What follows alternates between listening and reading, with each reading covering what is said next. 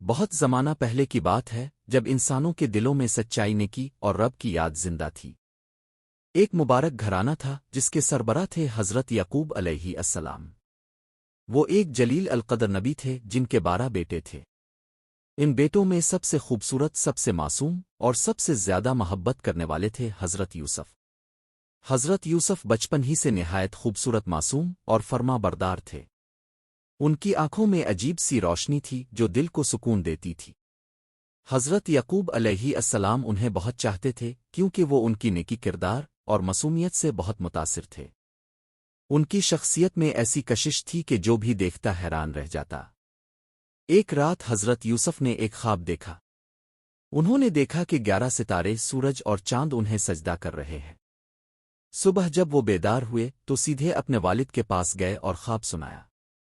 حضرت یعقوب نے وہ خواب سنا تو ان کا دل کانپ اٹھا۔ وہ جان گئے کہ یہ خواب معمولی نہیں بلکہ ایک بہت بڑے راز کو چھپا رہا ہے۔ انہوں نے یوسف کو پیار سے سمجھایا کہ وہ یہ خواب اپنے بھائیوں کو نہ بتائیں کیونکہ ان کے دلوں میں حسد پیدا ہو سکتا ہے۔ لیکن بھائیوں کو پہلے ہی حضرت یعقوب کی یوسف سے محبت کھٹکنے لگی تھی۔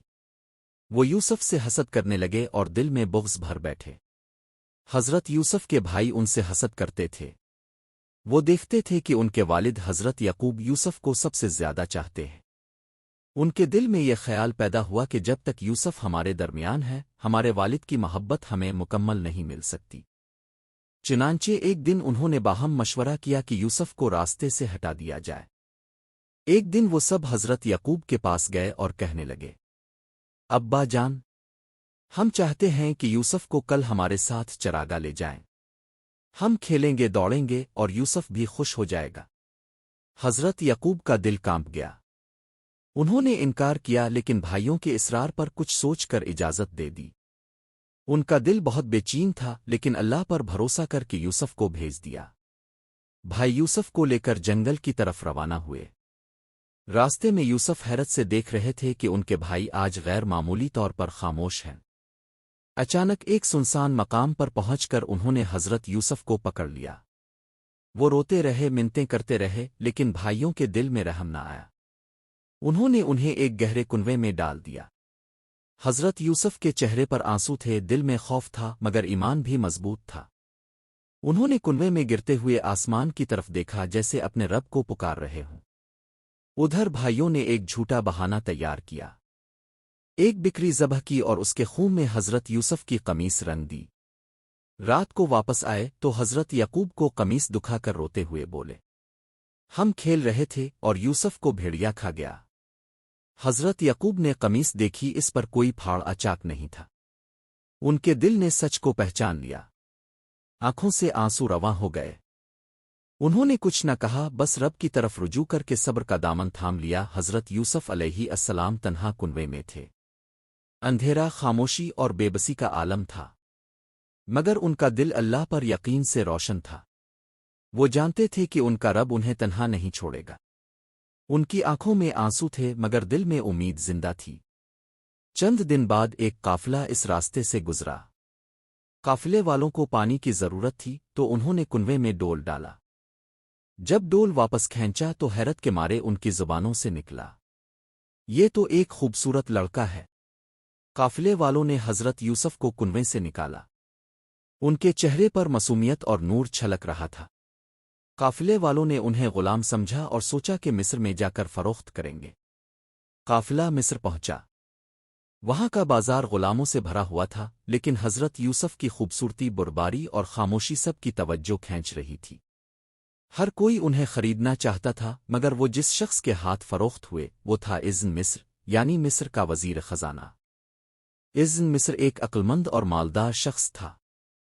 اس نے حضرت یوسف کو دیکھ کر اپنی بیوی سے کہا، اسے عزت سے رکھو، شاید یہ ہمیں فائدہ دے، ہم اسے بیٹا بنا لیں۔ حضرت یوسف کو ایک نیا گھر ملا مگر دل میں والد کی یاد اور بھائیوں کی جدائی کا درد باقی رہا۔ ان کا دل رب کی یاد سے آباد رہتا۔